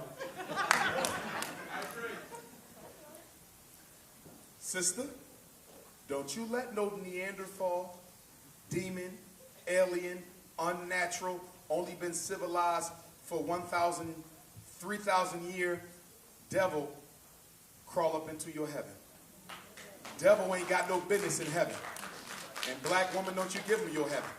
Because he's still a white supremacist, whether he on top of you or not. And that's why I feel for Serena Williams right now. I feel for Sister Serena. I don't know why she married that white boy. You know why? Because white people beat her up so much. White people verbally abused our sister. Have you ever read the reports on Serena at those matches? They called her monkeys. They said she was a man trapped in a woman's body. They said somebody needs to test her DNA. They said somebody needs to take off her underclothing, brothers and sisters, and make sure she was a woman, not a man. Read it. It make you want to cry. Serena Williams had to deal with that for over 20 years. So the white people made her feel ashamed to be who she was. And she felt the only way she could rescue some semblance of her beauty is to let a white man crawl up into her heaven and give her a half God, half devil child. I'm not picking on my biracials in here. If you're biracial, you're still African. I don't make a bit of difference between you. You want to work at my school? If you can stay consistent with the principles of Pan-Africanism, I ain't got no problem with no biracial brothers and sisters, because it ain't no such thing as being half white. Any Negro calling himself half right is really half crazy. The African DNA is predominant. Whatever we mix with becomes us. If a black man lays with a white woman, that is not a half black baby. That is a 99.99999 African child. That's right. In fact, that's why they hate you, black man. Why they hate you so much unemployed? Why they hate you so much miseducated? It's enough of us in jail, they want to put more of us in jail. Enough of us been murdered, they want to murder more black men. You know why, black man? Because you're the only man on earth who can reproduce himself in the womb of any other woman. Only the black man. Only you. Of course the white woman is attracted to you. Of course the Chinese woman is attracted to you. By nature, weakness craves strength. And so your melanin releases cyber chemicals that when they are sniffed by white women and sniffed by Chinese, she wants to feel what it's like to be with the original man. White men don't hate you because of your genetic size, because not all black men are blessed, and sisters will to testify to that. Okay, Wiener? Everybody ain't blessed. It's not your size that the white man fears, it's your genetic strength. He hates the fact that you can touch his daughter and make you, but he can't touch your daughter and make him. Racism ain't about money. Racism ain't about hate. Racism ain't about ignorance. Racism is about white genetic survival, brothers and sisters. White genetic survival. We can reproduce them out of existence, although you shouldn't. And black men, you got to get over this white woman thing. I know it's a self-esteem booster, just like Obama was, but you got to get over it. If you need light-skinned sisters, we got light-skinned sisters. You need lemon sisters, we got lemon. You need her to look just like she white without a DNA test, we got them. You want butter almond, we got butter almond. You want butter pecan, we got butter pecan. You want caramel, we got caramel. You want sweet brown sugar, we got sweet brown sugar. You want maca latte. You want deep black gold. And then some sisters got like a gold with a tan with a bronze. Damn! What do we call that? Neapolitan. You ever see the sister? She stand in the sun, she gold. She go in the cold, she tan. Get in the beach, she bronze. Damn. So if you need Little Lemon, we got Little Lemon because some brothers like the thin sister. Nothing wrong with that. Or you could come all the way over here and get full-figured fudge. Shout out to the full-figured sisters because brothers know. Ain't no loving you get like you get from a full-figured black woman. Okay? That's right. Full-figured sister.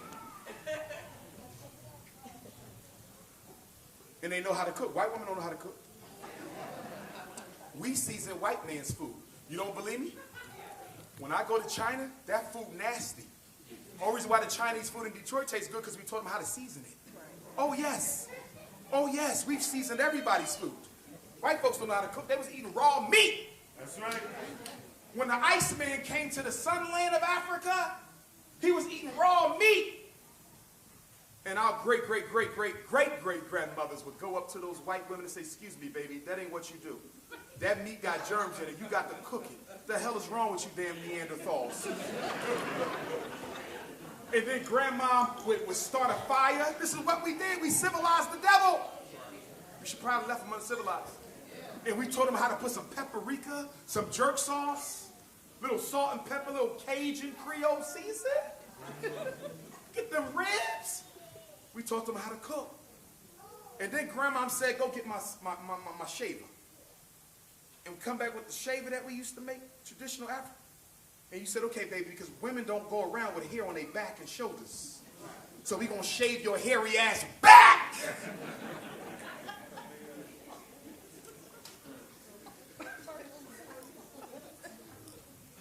And then we had to get them underarms real good.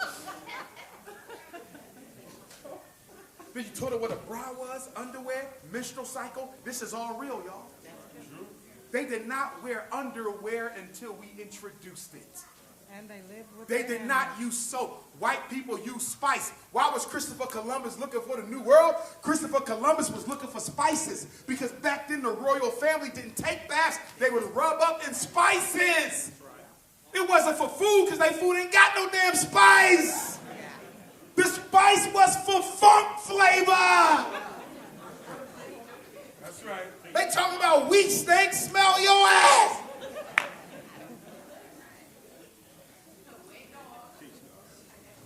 That's why I told you, brothers and sisters, you better not swallow that LGBT pill. Because now they didn't extend the label. Now, brothers and sisters, you ain't just got to worry about LGBT. They now got LGBTQIP. Heterosexual. Let me tell you what the P is. Heterosexual. See, for those of y'all been following me, y'all know I done gave y'all this game years ago. And y'all said I was a conspiracy theorist, and now it's on your front step. Remember, homosexuality was a mental disorder until 1974. And people never thought they would make homosexuality legal. They're about to make pedophilia legal. They've introduced they've introduced a motion in the American Psychiatric Association to change the classification of pedophilia to pedosexual. They said pedophilia criminalizes men who have an attraction to kids they cannot control. We should not punish them. We should understand and treat them. So they said, we don't want pedophilia. We wanted to say pedosexual. Don't treat it like a disease. Treat it like a sexual orientation. If you don't believe me, do your research. That's right. They want to make it normal for men to have sex with kids. because that's what they do. Not all white folks are gay, not all white folks are pedophiles. I would never say that. But the history of those movements grew out of Greco-Roman culture. Because they viewed the woman as unclean. That's why Napoleon was gay, Alexander the Great, Plato, Socrates, Caesar. All of them were homosexuals. Because the woman was dirty, so they said we should have sex with each other so we can stay godly. That's right. You don't believe me? In psychology, guess what we were taught? All the fathers of white psychology said boys having sex with other boys is a natural, healthy part of adolescent development. Sure did. They teach that today. They taught me that. But you think the pedosexual, you still ain't done. They got something else, Bobby, they working on now. You got to go from P all the way to Z. You damn right, zoophilia. Bestiality is... Sex with animals, zoophilia. No, they said you don't call it bestiality. That's not sensitive to people's needs. It's zoophilia, sister. It's zoophilia. Did you know 2 states in America passed laws in the past 5 years to punish people who have relations with animals? That's right. In Europe, they have animal brothels where you can pay to go lay with an animal. You walk into the room and the poodle got a thong on. Cut it out, Bob. I'm not lying. Google. Animal brothels are legal in many European countries. See, when they destroyed Michael Vick's career for fighting dogs, y'all didn't know what's going on. Y'all didn't know what was going on. They destroyed Michael Vick for fighting dogs, not because he killed dogs. White men kill black men and go home, but he go to jail for dogs.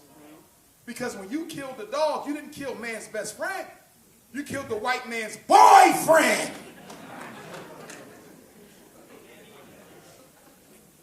You wonder why they sleep with the dogs? Dogs all in the bed. Tongue them. I used to have a little pit bull, right? I look outside my window, white boy next door is tonguing my puppy in my yard. I said, Neanderthal, get! I'm telling y'all the truth. They want to legalize relations with animals. That's why these white girls be teaching them how to eat and wear clothes. Y'all see them on them shows. My dog can drive. My dog can cook. My dog can wash themselves. My dog can go shopping. My dog can check my email. My dog can bend me over.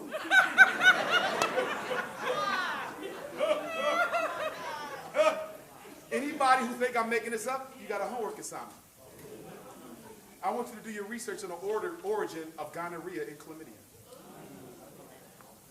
There is a theory from white folks that says gonorrhea and chlamydia came to be an STD by way of human contact with animals.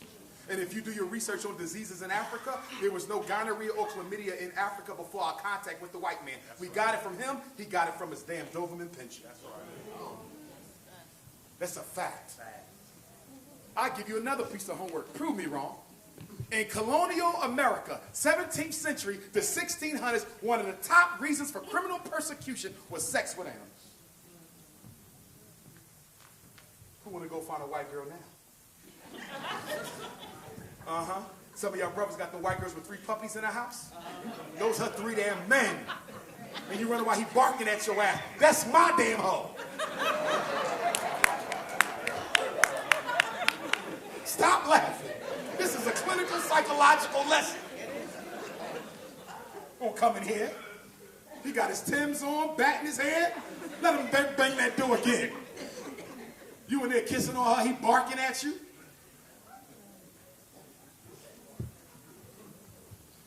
Brothers and sisters, as we prepare to wrap, I want to say that we got some work we got to do in 2018. Every last one of you have to become a part of an organization or start one. Marcus Garvey said the greatest weapon used against the Negro is disorganization. Stokely Carmichael said if you organize a little, you get a little done. If you organize some, you get some done. If you organize a little, if you organize a lot, you get a lot done. We ain't organized at all. And stop looking for coalitions with Jews and Latinos. Black folks is crazy. We need to unite with the Arabs. Arab don't like you. I grew up at 8th in Susquehanna, North Philly. I grew up inside the Masjid Mecca that the Nation of Islam used to own in North Philly before the revolution came in 75, I think that was. And when I would go to Juma with my daddy, the Arabs would wear leather socks to make sure their feet didn't touch black people. And then when we would line up for prayer, the Arabs would move their feet away from ours. They didn't even want to touch you in prayer. And in Islam, you're taught that the shoulder's supposed to touch and the feet's supposed to touch because it's believed that the devil or the demons that get in between y'all. So y'all got to touch and lock up like brothers. But the Arabs wouldn't do that. They would keep moving their feet. And it took me as a child to come to the realization, because I didn't understand white supremacy yet, that the reason he kept moving his feet is he didn't want to touch me because he considered himself better than me. That's right, brothers and sisters. Nobody likes you, nobody coming to help you, and we don't need it. We could do this ourselves.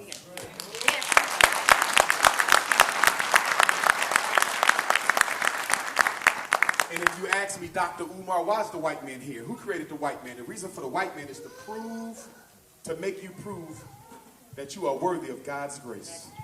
The white man was put on this earth to be your competition. He is your natural enemy. God gave you everything in Africa and gave the white man nothing in Europe. God gave you nothing but melanin and made him a pale man. You are his natural adversary, and he's going to keep killing you and whipping your behind until you manifest your God self and put him back in his place. No child supposed to tell a parent what to do.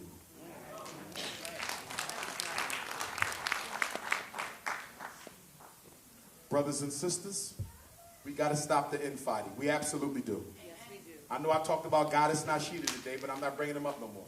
I'm done with it. It's a new year. I got to move on. I got to focus on his hearing on Monday. Get ready for Japan and China to come back and hopefully find a school before January out. I need that school before they seize our funds. So that's what we're working on right now. I'm praying to God every day. Get me to school, Lord. Just get me this. I'll make the rest happen. Get me that building. It's coming. And for those of y'all who've been loyal to me and stuck by my side, you mean a lot to me. Some of you fair weather friends, though. Y'all like me when y'all see me, and then I see you on Instagram making comments about me yesterday. Half the people tearing me down to you actually wanted to work with me, and when they did not get what they wanted, became a hater. I remember back in the day when your enemies were honest enemies. They let you know they didn't like you, and they simply stayed away. We don't have that no more. We have a whole society full of frenemies, where I'm going to act like I like you to see if I can get what I want from you, and then only when I realize you are on to me, then I'm going to stab you in the back. Coon is the new black. And I'm going to tell y'all something else. Y'all better stop making kids with coons. Black women don't make another baby with a coon Negro. And black women don't make another, and black men don't make another baby with a coon woman, because when you have relations with a coon, you produce a half coon child. That child come out buck dancing shit with a hat. You need revolutionary men with revolutionary women. And when I say revolution, they don't mean guns. The revolution begins in mind first. Black people got to change the way they think before they can change anything else. That's right. This got to change first. If I don't change this, forget the rest. And that's why FDMG is so important. That's why FDMG is so very important. That's right. We can break the curse of slavery. But first we got to recognize that the white man ain't God. And how can you recognize that the white man ain't God when he's still hanging up on your wall as God? Some of y'all still got a white Jesus today. In Chicago, in Detroit, white Jesus. Grand Rapids, Kalamazoo, Flint. Jesus is white as hell. And then some of y'all cheat and go down to the Christian store and come back with a Kabbalah Asian Jesus. Look like Little Richard. Still got a perm and lipstick on. Just suntanned out. But you ain't never got no, I barely see a Jesus with a nappy head in the black house. Barely. And I want y'all black women to learn something real good. Some of y'all say, Dr. Umar, I don't use perms. And by the way, I learned when I was in China last year that Chinese women ain't allowed to use the perms that they send over here for y'all to use. Because it's too toxic to the scalp. Black woman, stop killing yourself to look white. And I'm going to tell you something else, sister. I want you to stop getting these liposuctions and body suctions and gastro bypasses. That's right. Okay? Listen, ladies. Listen. First law of beauty for black women. And by the way, I'm working on my Sisters Only book. First law of beauty is the size of your head need to match the size of your body.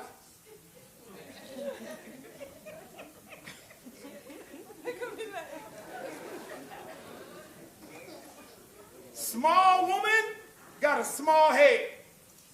Big woman, big head.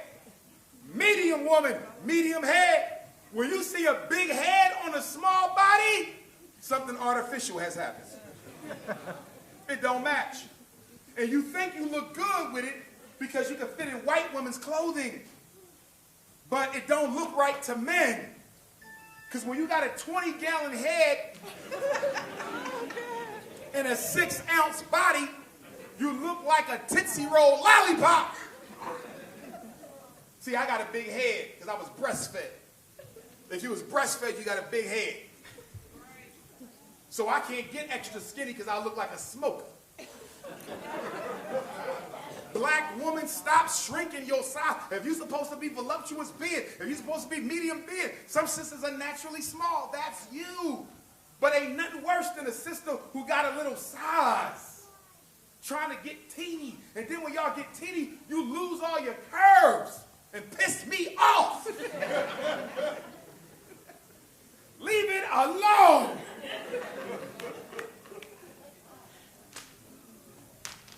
Brothers and sisters, as I prepare to wrap up, if you don't have your passport, please get it. Because one day you might got to fly up out of here in 24 hours or less. If this white man stay messing with somebody, sooner or later somebody gonna come get him back. Number two, I want you to think about going to Africa with me this summer. We're going back to Senegal and South Africa, where we went 2 years ago. And the reason I'm going back to Senegal is because that's where my spiritual epiphany took place 12 years ago on Goree Island, when I poured some libations down in a female slave dungeon and got back to my hotel room in broad daylight. My room went black, started spinning. I started hearing the screams of our ancestors and the whips of slave masters. Started experiencing coincidences. The number 1111 started following me, and then I visited Nat Turner Land for the first time, Baba, unexpectedly on 11/11/11, only to find out that Nat Turner was hanged on November 11th. Coincidences are the ancestors letting you know that you're on the right path. I was in Houston yesterday. I looked up at a sister. I said, "What time is it?" She said, "It's 11:11. This is 2018. 2 + 0 + 1 + 8 is 11. Perfect synchronicity, as above, so below. We got work to do, brothers and sisters. We're going to Senegal and we're going to South Africa. If you've never been to Shaka Zulu grave site, you can come see it with me. If you've never been to the place where they made the Shaka Zulu movie, you can come see it with me. That's right. If you've never been to Soweto, where the South African freedom struggle took place, you can come see it with me. If you've never been to Johannesburg, if you've never been to, what's the name of the town where Cecil John Rhodes in southern South Africa, what's that town? No, that's a country. Kimberley, where they got the world's famous diamond, Kimberley Diamond. You're going to get a chance to see that. Where you're going to see this big, giant mine where they made black men and women dig the mine with their hands. It's almost 100 feet deep, and it was made with their hands. And they said sometimes people would fall all the way down, Baba, looking for diamonds for the white man, and they wouldn't even pull them out. They left them down there. You think we've been through something. Where do you see what they've been through? We all caught hell globally. The question is, who's going to wake up to this realization and help put African people back where they need to be? It's our job to do. It's our job to do. Brothers and sisters, before I give you my closing quote, I want to ask you to do me a favor. Okay? If any of you have an expertise that I might be able to use if the school ends up in Detroit, I need you to send me that resume. But I also want you to shoot me a text. Y'all have my cell. Say, "Doc, I'm a secretary. Doc, I'm a plumber. Doc, I'm an electrician. Doc, I can help you with your meal plan. I'm a dietitian. I'm a nat, because the food going to be, we're going to go 80% raw and vegan with the diet." In fact, my New Year's resolution is to not eat no meat or no dairy for 2018. Now, before you clap, I said it was my intended resolution. Because 2016, I didn't eat no meat. 2017, I ate one Philly cheesesteak, and it led to about 50 of them. I tried, Bob. So 2018, I'm going to cut the meat out again. But in addition to the meat, I'm going to try to cut the dairy. Now, that's going to be hard. I can give up the meat quicker than the dairy. Because it ain't nothing after a good lecture and a long book signing line. Go back to your hotel room with a nice pint of Haagen-Dazs pineapple coconut.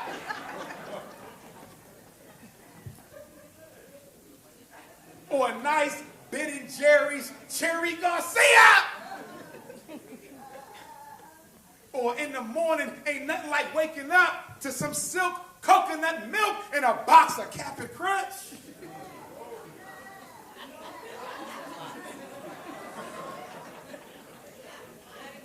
Or some Fruity Pebbles. Or some honeycomb. Or some Choco Berry. Some Sugar Smacks. So I got to give up my morning cereal. I got to give up my yogurt. I got to give up my rum raisin, pineapple, coconut, cherry, vanilla. But I got to do it because I got to get in shape for the boys. If I don't eat right, they ain't going to eat right. I got to lead by example. Brothers and sisters, let me give you a quote. Before I give you that quote, I want to tell you a little story. We'll be done in 5 minutes. There was a black man by the name of Booker T. Washington. He was born in slavery, West Virginia. He walked to a place called Hampton, Virginia. He couldn't afford to attend Hampton Institute, so he asked for an opportunity to work his way through the academy, which he did. Upon graduation, the president of Hampton Institute got a phone call from a black community in Tuskegee, Alabama. They said, we need a black man who could come down here and teach our Negroes how to make a living after slavery. Booker T. Washington accepted the job. He went on down to Tuskegee. When he showed up, there was absolutely no school at all. So he used a half-finished barn, half-finished church, and old garage. When the first class of students got to Tuskegee, they asked Booker T. Washington, where's the classroom? Where's the food? Where's the kitchen room? Where's the dormitory? Where's the lavatory? Booker T. Washington said, look down, children. You're standing on your schools. They pulled up their sleeves, and the students of Tuskegee built their own buildings, fired their own bricks, made their own food, stuffed their own pillows, designed their own clothing.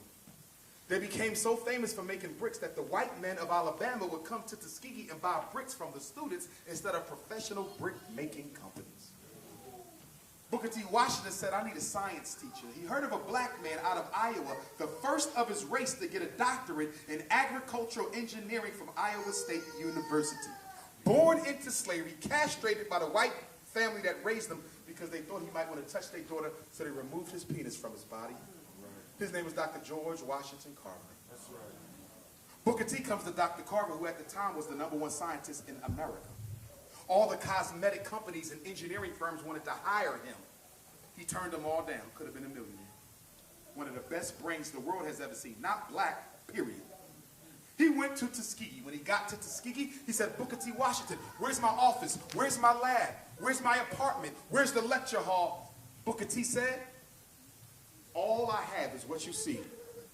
Dr. George Washington Carver said, okay. He went to the trash dump of the students of Tuskegee, and he pulled out plastic, aluminum, metal, copper, tin from the garbage. And you know what kind of garbage can be in a college dumpster. And from that garbage, he gave you 300 products from the peanut. From that garbage, he gave you over 200 products from the sweet potato. From that garbage, he's giving you over 500 products from the soybean. Detroit, your problem is not material resources. Your problem is psychological resources. You got the money, you got the degrees, you got all of that, but you ain't got the commitment, the consistency, the unity, and the collective work and responsibility. Your issues are mental, not physical. That's right. How do we come from ancestors who made everything from nothing? And we have nothing. We have everything and have made nothing. Brothers and sisters, Frederick Douglass said, if there is no struggle, there is no progress. Those who profess the faith of freedom and deprecate agitation are like men who want crops without plowing up the ground. They want rain but can't stand the thunder or the lightning. They want the ocean, but they're scared of the awful roar of the water. Frederick Douglass said, for 20 years I prayed on my knees to God for freedom, but the good Lord gave me no freedom until I got up off my knees and started praying with my feet. He said, if you want respect from white people, why do you look for pity? The man who pities you will never respect you. The man who respects you has no need for pity. He said, a man may not get all he works for in this world, but you must work for everything you get, and this must be paid for with blood, with blows, or with brawn. But he who wants to be free must strike the first blow, because the limits of tyrants are prescribed by the people who they oppress. You determine how poorly white people treat you, not them. That's right. Frederick Douglass said, the man who is whipped the easiest is whipped the most. He said, but most of all, you remember, power concedes nothing without a demand. I know I'm not related to Frederick Douglass, but my first ancestor who came to America was a black man named Belly, 1701. Brought to Talbot County, Eastern Shore, Maryland. He married a black woman, Grandmom Selah, for whom my 6.5-year-old daughter is named. In 1745, they had Grandmom Jenny. In 1774, they had Grandma Betsy Bailey. Grandma Betsy would marry my grandfather, a free black man named Isaac. Although he was free, she was a slave. 12 children were born. Some didn't live long. In slavery, they made us have a lot of babies so we could have a lot of workers out on the plantation. So they gave birth to a daughter named Harriet, and they gave birth to another daughter named Betsy. These two sisters were raped by Aaron Anthony, the white man who owned my family. As a result of that rape, Aunt Harriet gave birth to the greatest black man in American history. His name was Frederick Augustus Washington Bailey. At the age of 20, Uncle Fred ran away from slavery, changed his name to hide his identity. And in 1838, Frederick Bailey became Frederick Douglass. The next year in 1819, his half-brother and first cousin, Dr. Umar's 4 times great-grandfather, Stephen Henry Bailey, was born. But Grandpa Stephen wasn't so lucky as his brother and cousin.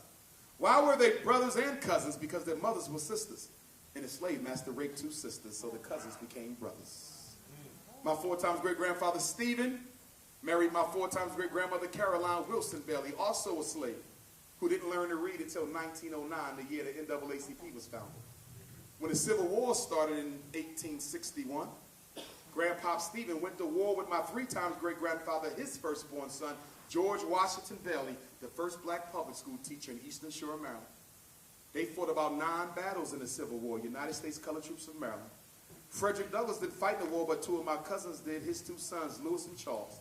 They went north to Boston and they fought with the United States 54th Massachusetts Colored Regiment. If you've ever seen the movie Glory, right. Morgan Freeman and Denzel, that movie's about the sons of Frederick Douglass. But they don't play them by name, which is why you shouldn't get your history from movies. Glory would make you think that that white man who led the 54th was some sort of benevolent white man. But in reality, he was a racist who couldn't stand the fact that he had to lead black men. He used to write letters home to his white parents, regularly referring to us as the N-word, Baba.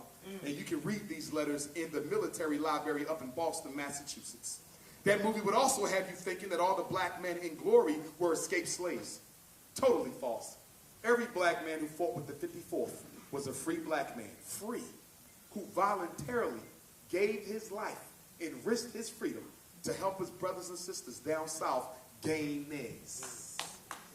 Brothers still got to the Philadelphia Underground Railroad house. There was a man already working in that house, and he was the 7th bishop of Richard Island's African Methodist Episcopal Church, and that's my 4 times great-granduncle, Bishop Alexander Wayman, the 7th bishop of the AME Church.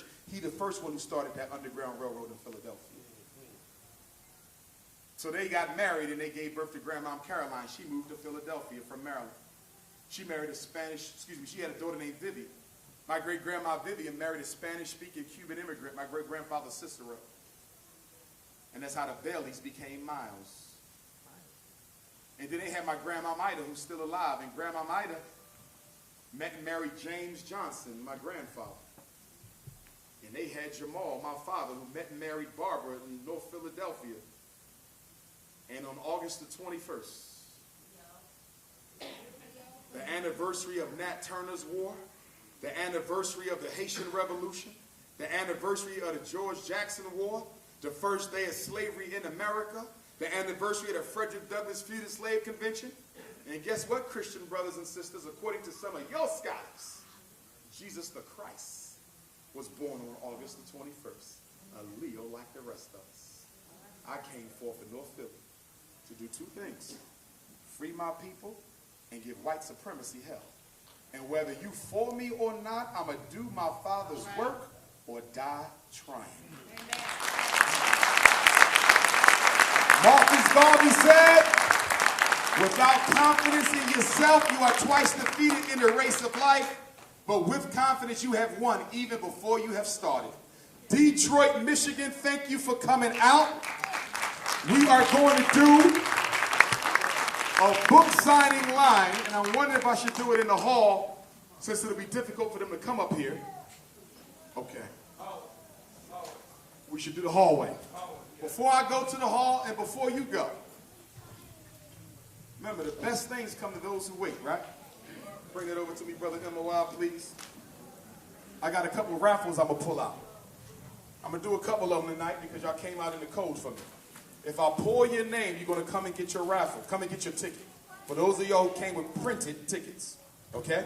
If you did not print, you're not in the raffle, which is why I always tell you to bring your printed ticket. If I call your name, you're going to come and get your ticket back, and you're going to take it to my merchandise table, and you will get one free of everything on my table. You will get a white hoodie, unapologetically African, which is unisex, male or female. You will also get a ladies hoodie, which is one of the pink ones. You will also get a flag. You will also get a book. Danielle Washington, is she still in the building? Where's Danielle? Where's Danielle? All right. How can I get this to Danielle? All right, Danielle, get that. You get one free. Danielle, where you at? Raise your hand, baby. Right there. Let's do another one.